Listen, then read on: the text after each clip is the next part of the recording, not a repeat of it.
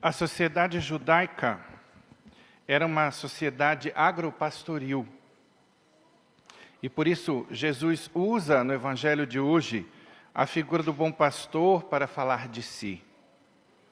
Como bom pastor, Jesus se caracteriza por seu amor sacrificial. Ele vem dar a sua vida por nós, morrer na cruz por nossos pecados, porque nós somos as suas ovelhas. Até aí vai o amor de Jesus por nós, dá a sua vida pelas suas ovelhas. Ele tem conhecimento pessoal das ovelhas e exerce uma liderança protetora. E além disso, tem a missão de unir todos em um só rebanho. Então, quando Jesus usa essa figura, era para facilitar a compreensão daquele povo que tinha essa cultura. Na sequência, Jesus diz que dá a essas ovelhas a vida eterna. Só que, para ser capaz disso, ele tem que ser Deus. Ele termina o Evangelho de hoje justamente dizendo que é Deus. Eu e o Pai somos um. Caríssimos, o que é próprio da fé? Crer sem ver. Fé é isso. Porém, na fé católica, a fé não é cega. A fé a qual a Igreja Católica nos convida é uma fé assentada sobre a razão. Em outras palavras, uma fé na qual eu posso botar fé, como dizem no popular. Porque faz sentido. Precisamos de certezas que fundamentem a nossa fé para que ela não mude conforme as circunstâncias. E quais são essas certezas centrais que precisamos ter no caso de Jesus? São duas. Primeiro, a certeza de que Jesus realmente existiu. Que ele não é um personagem fantástico, inventado pela igreja. E, em segundo lugar, a certeza de que ele é Deus. Por isso, antes de falar da divindade de Cristo, precisamos falar da historicidade de Cristo. Então vamos dar uma olhadinha em alguns documentos de escritores romanos, escritos entre os anos 110 e 120. Existe atualmente confirmação de pelo menos 19 escritores seculares antigos que fizeram referência a Jesus como uma pessoa real. Quando a gente fala de escritores seculares, estamos falando de escritores do mundo. Século, em latim, quer dizer mundo. Ou seja, não são apóstolos, não são discípulos de Jesus Cristo. Os seguintes fatos sobre Jesus foram escritos por fontes antigas não cristãs. Vamos a alguns deles. Jesus era de Nazaré, viveu uma vida virtuosa e sábia, foi crucificado na Judéia por Pôncio Pilatos durante o reinado de Tibério César, na época da Páscoa, sendo considerado um rei judeu. Os discípulos de Jesus acreditavam que ele morreu e ressuscitou dentre os mortos 3 dias depois. Os inimigos de Jesus reconheciam que ele realizava feitos desconhecidos que eram chamados de bruxaria. O pequeno grupo de discípulos de Jesus multiplicou-se rapidamente, alastrando-se até Roma. Os discípulos de Jesus negavam o politeísmo, que era a religião romana, viviam vidas moralmente adequadas e o adoravam como Deus. O teólogo Norman Geisler declarou: esta visão geral é completamente coerente com a do Novo Testamento. Todos estes relatos, tanto os religiosos quanto os seculares, falam de um homem real que combina muito bem o que é dito de Jesus nos Evangelhos. A Enciclopédia Britânica cita esses vários relatos seculares da vida de Jesus como prova convincente de sua existência. ela declara, aspas, esses relatos independentes provam que nos tempos antigos, os oponentes do cristianismo nunca duvidaram da historicidade de Jesus. E aí vamos dar uma olhada um pouco mais pontual a alguns desses autores, começando por Tácito. Por volta do ano 116, falando do incêndio de Roma, que aconteceu no ano de 64, apresenta uma notícia exata sobre Jesus, embora curta. Aspas. Um boato acabrunhador atribuía a Nero a ordem de pôr fogo na cidade de Roma. Então, para cortar o mal pela raiz, Nero imaginou culpados e entregou às torturas mais horríveis esses homens detestados por suas façanhas, que o povo apelidava de cristãos. Este nome lhes vem de Cristo, que sob o reinado de Tibério foi condenado ao suplício pelo procurador Pôncio Pilatos. Está na obra Anais, escrita por ele. Depois temos Plínio, o jovem governador romano da Bitínia, que ficava na Ásia Menor, que escreveu ao imperador Trajano no ano 112 o seguinte: os cristãos estavam habituados a se reunir em dia determinado, antes do nascer do sol, e cantar um cântico a Cristo, que eles tinham como Deus. Está na obra Epístolas. Suetônio, no ano 120, referindo-se ao reinado do imperador romano Cláudio, que governou entre 41 e 54, afirma que Cláudio, aspas, expulsou de Roma os judeus que, sob o impulso de Cristo, se haviam tornado causa frequente de tumultos. Está na obra Vita Claudi, que em latim quer dizer Vida de Cláudio, capítulo 25. E essa informação coincide com o relato de Atos 18, 2. Vamos ter alguns documentos judaicos, como, por exemplo, o Talmud, que é um livro sagrado para os judeus, que apresenta uma coletânea de leis e comentários históricos dos rabinos posteriores a Jesus. No Tratado Sanedrim 43a, do Talmud da Babilônia, está escrito o seguinte: na véspera da Páscoa, suspenderam uma haste Jesus de Nazaré. Durante 40 dias, um arauto à frente dele clamava: merece ser lapidado, porque exerceu a magia, seduziu Israel e o levou à rebelião. Quem tiver algo para justificar, venha proferi-lo. Nada, porém, se encontrou que o justificasse. Então, suspenderam-no a haste na véspera da Páscoa. E talvez o principal de todos eles seja Flávio Joséfo, o famoso historiador judeu, que viveu entre os anos de 37 e 95. Diz ele: por essa época apareceu Jesus, homem sábio, se é que há lugar para o chamarmos homem, porque ele realizou coisas maravilhosas. Foi o mestre daqueles que recebem com júbilo a verdade e arrastou muitos judeus e gregos. Ele era o Cristo. Por denúncia dos príncipes da nossa nação, Pilatos condenou ao suplício da cruz, mas os seus fiéis não renunciaram ao amor por ele, porque, ao terceiro dia, ele lhes apareceu ressuscitado, como o anunciaram os divinos profetas, juntamente com 1000 outros prodígios a seu respeito. Ainda hoje subsiste o grupo que, por sua causa, recebeu o nome de cristãos. Está na obra Antiguidades Judaicas.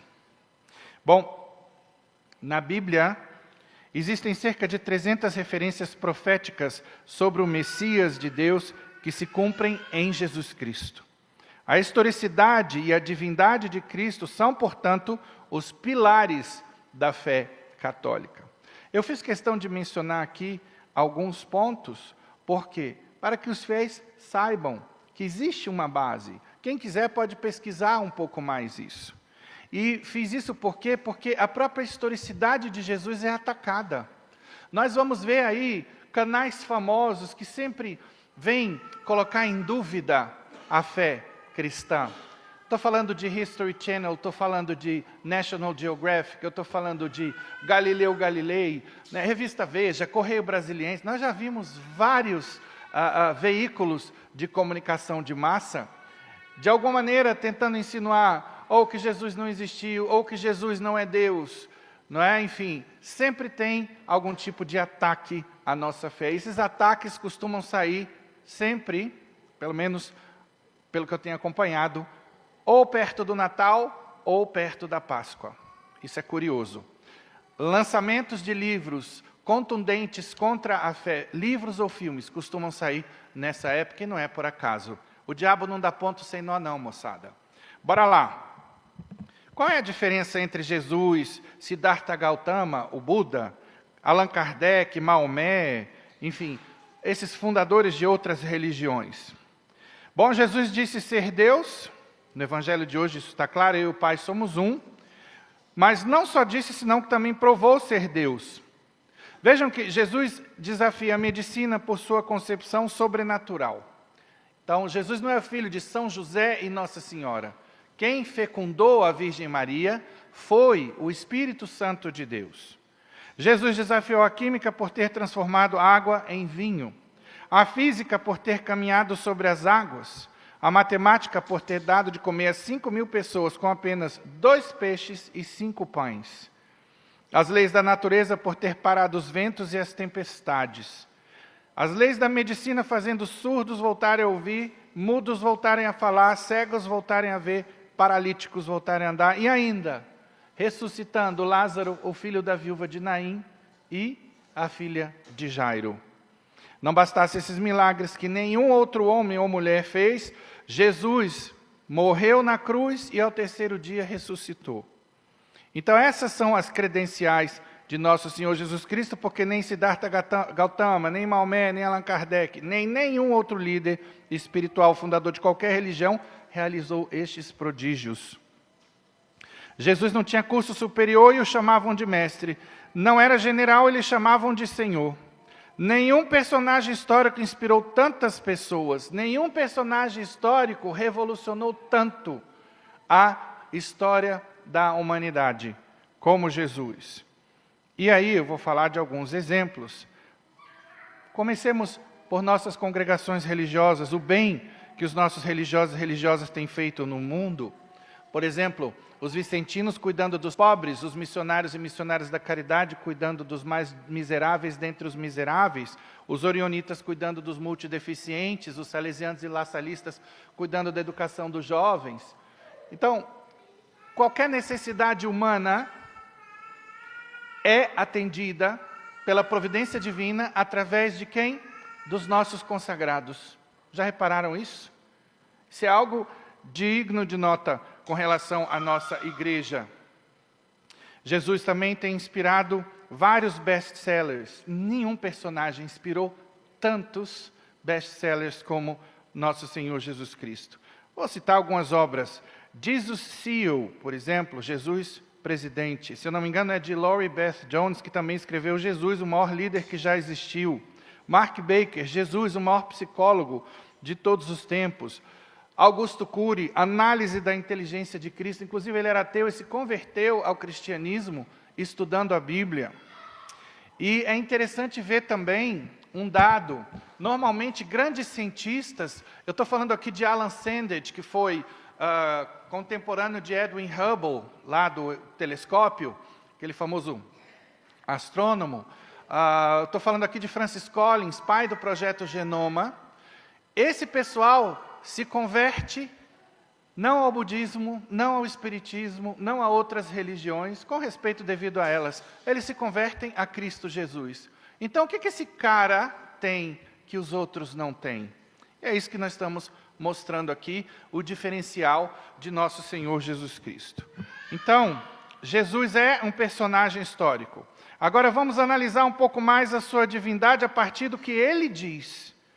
O que ele diz sobre si é igualmente importante, uma vez que Siddhartha Gautama, Maomé, Kardec, ninguém afirmou ser Deus como Jesus afirmou, embora Jesus não tenha dito literalmente, eu sou Deus. Ele não disse desse jeito, senão que ele diz isso de modo indireto, como, por exemplo, no Evangelho de hoje, eu e o Pai somos um. Ora, o Pai é Deus, então se ele é um com Deus, ele é Deus. Simples assim. Então, tem gente que está disposta a aceitar Jesus Cristo como um bom homem ou um grande profeta, mas argumentam que Jesus nunca afirmou ser Deus. Por exemplo, o Espiritismo diz que Jesus é um sábio, é um mestre, mas não diz que Jesus é Deus. E por isso, jamais um católico pode ser espírita. No espiritismo vão dizer que o espiritismo é uma lei da natureza, na realidade se apresenta como uma filosofia, então que a pessoa pode ser católica e espírita, eu digo a vocês, um católico não pode ser espírita, jamais.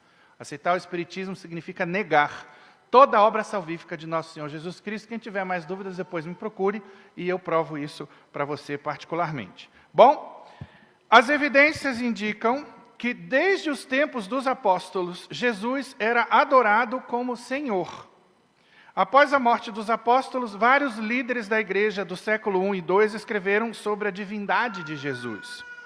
E aqui eu quero abrir um parênteses para uma obra blasfema, demoníaca, que virou filme e seduziu muitos católicos ignorantes. Sempre os que perdem a fé são ignorantes, são fracos. Então, por isso, se faz necessário investir no conhecimento de Deus e da igreja. Ninguém ama o que não conhece. Então, como é que eu vou cumprir o primeiro mandamento, amar a Deus sobre todas as coisas, se eu não conheço Deus? Muita gente infeliz porque não se conhece, uma vez que não conhece o manual de instruções do ser humano. Então, o que aconteceu? Foi lançado esse livro, intitulado Código da Vinci, de Dan Brown. Esta obra afirma que a divindade de Jesus foi uma invenção da igreja, particularmente associada ao Concílio de Nicéia. Ou seja, a igreja chegou nesse concílio e disse, Jesus é Deus. Então, tudo sob a influência do imperador romano Constantino. No romance é sugerido que até esse momento Jesus era visto pelos seus seguidores apenas como um profeta mortal, um homem grande e poderoso, mas não como divino. A narrativa do livro alega que a igreja, com motivações políticas, promoveu a ideia da divindade de Jesus para consolidar o cristianismo como religião unificadora do Império Romano, suprimindo textos alternativos, como os evangelhos gnósticos, que supostamente retratavam Jesus como humano. E aí cada ano vem uma pérola diferente, Evangelho de Tomé, Evangelho de Judas, e aí a galera ignorante, vai com o gado, desculpa aí. Piada, eu sou assim na minha didática, tá? Então, é triste ver isso. Como as pessoas não têm critérios. Então, por isso eu convido esta comunidade a um encontro comigo, toda quinta-feira, às 19h30, para estudar a doutrina. Hoje não basta só a gente aprender os conteúdos mínimos da fé, a gente precisa se vacinar contra tanto lixo, contra tanta heresia. Esse é um dos temas que eu falo nas aulas. Como, por exemplo, o livro A Cabana. Eu peguei gente na porta da igreja, de uma paróquia aqui, gente de caminhada, distribuindo a cabana, achando a cabana maravilhosa. Pensa numa obra herética. Então, é muito importante, gente, conhecer a fé. Para quem não sabe, o Concílio de Nicéia vem responder a uma heresia chamada arianismo, que defendia que Jesus era uma criatura e não Deus. Ele era só o Filho de Deus. Um detalhe que vale a pena ressaltar é que o Novo Testamento é considerado dos mais confiáveis documentos históricos dos tempos antigos. Então, a motivação do Concílio de Nicéia foi afirmar a divindade de Jesus, que estava sendo combatida por Ário, um presbítero herege da igreja. Então, com base no Novo Testamento, especificamente nos Evangelhos, vemos que Jesus usou a expressão eu sou, para descrever-se em diversas outras ocasiões. Vejamos algumas delas, tentando imaginar nossas reações ao ouvir essas declarações radicais de Jesus. Bora lá? Imagina você ouvindo um homem dizer, eu sou a luz do mundo. João 8,12. Eu sou o caminho, a verdade e a vida. João 14,6. Ninguém vem ao Pai a não ser por mim, ainda nessa mesma passagem. Eu sou a ressurreição e a vida. João 11,25. Eu sou o pão vivo que desceu do céu. João 6,51. Eu sou a videira verdadeira e meu Pai é o agricultor. João 15,1. Eu sou o alfa e o ômega, ou seja, o princípio e o fim são respectivamente a primeira e a última letras do alfabeto grego. Apocalipse 1, 7-8. Então Jesus aproximou-se deles e disse, foi-me dada toda a autoridade no céu e na terra. Mateus 28, 11. Quem me viu, viu o Pai. João 14, 9. E o que aconteceu naquele episódio de Tomé que duvidou da ressurreição de Jesus? Está lá em João 20, 24 a 28. Tomé disse que só acreditaria que Jesus tinha ressuscitado se tocasse no seu lado e nas suas feridas, e foi o que Jesus fez quando entrou no cenáculo. Chamou Tomé e pediu para ele tocar. Tomé toca, se ajoelha e fala: meu Senhor e meu Deus. Por quê? Porque viu que só um Deus poderia ressuscitar dos mortos. E é por isso que quando o padre levanta a hóstia, os católicos dizem: meu Senhor e meu Deus. Nessa mesma profissão de fé de Tomé, só que diante de outra presença, não a presença real de Jesus em pessoa, como foi lá no tempo de Tomé, senão a presença real em corpo, sangue, alma e divindade, porém escondida pelo véu da Eucaristia. João 8,58, em verdade vos digo, antes que Abraão existisse, eu sou.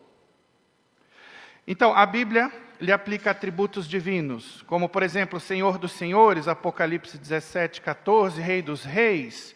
Bom, eu não vou citar as passagens, depois quem quiser me pergunte, são muitas.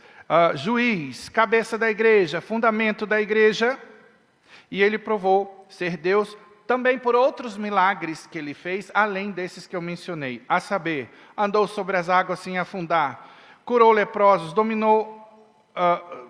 expulsou demônios, transfigurou-se no Monte Tabor. E aí, agora vem um outro ponto. Vamos ver como toda essa crença pode impactar as nossas vidas. Impacta. Por quê? Porque a partir dessas crenças, Jesus existiu e é Deus, nós entendemos o quê? Tudo que a Bíblia diz. Nós podemos ter certeza daquilo que a palavra de Deus diz. De que Deus me ama, de que Deus me ouve, se comunica comigo. Hoje em dia tem tanta gente decepcionada com pai, com mãe, com as pessoas no geral, com o chefe. E aí vivem sofrendo e chorando num vale de lágrimas porque não tomam posse desse amor que é o mais importante. Que é o amor de Deus, que nos cuida, que nos dá uma mãe, que é a Virgem Maria. Então deixa quem quiser lhe desapontar. O mais importante é isso. Se isso é o que lhe toca, viver aqui e agora, então por que eu vou ser infeliz por alguém que não me quer, se eu posso ser feliz por alguém maior que me quer, que me colocou no mundo com a missão única e irrepetível? Eu estou falando isso porque hoje é o Dia das Mães, e tem muita gente que não tem uma mãe boa para comemorar. Tem muita gente que tem feridas com relação à sua própria mãe. E a nossa fé é tão maravilhosa, esse Jesus, Deus, é tão maravilhoso que manda perdoar, que manda ajudar essa pessoa que não conseguiu entender essa missão tão sublime, que deveria dar amor a esse filho, a essa filha. E isso transforma a gente. Eu pergunto, você vive melhor na mágoa ou no perdão? Então isso é o que Jesus nos ensina, é a isso que Ele nos convida. Então, meus irmãos, esse Deus me ouve, se comunica comigo, a vida não termina com a morte, senão que continua. E existe um céu maravilhoso para os bons e um inferno horroroso para os maus. Olha o grande impacto que a verdade de Cristo tem sobre nós. Por quê? Porque a partir dessa realidade eu preciso ver como eu estou vivendo. Eu estou a caminho do céu ou eu estou a caminho do inferno? A vida após a morte para quem for para o céu é melhor do que esta vida. Então a gente vai perder o medo da morte. Quantas pessoas com síndrome do pânico porque tem medo da morte? Então, nós sabemos que na eternidade não adoeceremos, não envelheceremos, não passaremos fome, teremos paz, seremos felizes. Deus será tudo para todos. Isso é muito reconfortante. Não haverá qualquer estado de necessidade como acontece nesta vida. Então, uma conversão a Jesus vai gerar paz interior, vai gerar saúde. Por quê? Porque funciona o ser humano da seguinte maneira: crenças e valores estão aqui em cima, influenciam os nossos pensamentos. Aliás, os pensamentos têm que ser alimentados por valores, por virtudes, por crenças saudáveis. Por quê? Porque dos pensamentos dependem as emoções. As emoções detonam dentro do corpo toda uma bioquímica que pode ser saudável ou pode ser ruim para a minha saúde. Então, uma coisa é a bioquímica dos hormônios da felicidade, serotonina, dopamina, ou a bioquímica da oxitocina, hormônio do amor, GABA, quando a gente reza, medita, tudo isso faz bem. Agora, a pessoa que vive no pessimismo, na mágoa, na revolta, na inveja, o organismo vai estar inundado de quê? De adrenalina, noradrenalina, de cortisol, especialmente o cortisol, que derruba o sistema imunológico, que adoece. Então, por isso, a gente tem que vigiar. Vigiar significa também ver como é que anda o nosso coração, os nossos pensamentos, as nossas emoções. Eu sempre digo isso, não é só fazer um exame de consciência para ver pequei ou não pequei. Isso é essencial, porque o pecado pode me levar para o inferno se ele for grave. Mas a nossa condição existencial é pautada pelos nossos pensamentos, essas emoções que nós levamos para a cama a cada dia. Por isso temos que nos preocupar com elas. E por isso que quanto mais a gente lê a Bíblia, tem estudo científico que fala disso. Tanto melhor para a nossa saúde espiritual e física também. Então, nós vamos ter todos esses benefícios, uma qualidade de vida melhor. Passamos a ter confiança em um Deus que é providente, que não nos abandona e que vai prover tudo aquilo que é para o nosso bem. Para nós que cremos, existe sempre a possibilidade de milagres, coisa que não acontece, por exemplo, na vida de quem não crê. Então, vemos assim como a conversão transforma o homem. E por isso eu lhe afirmo que se você não se transformou, é porque ainda não se converteu. É porque faltam ainda alguns aspectos para a sua plena conversão. E lembremos-nos, não basta a conversão.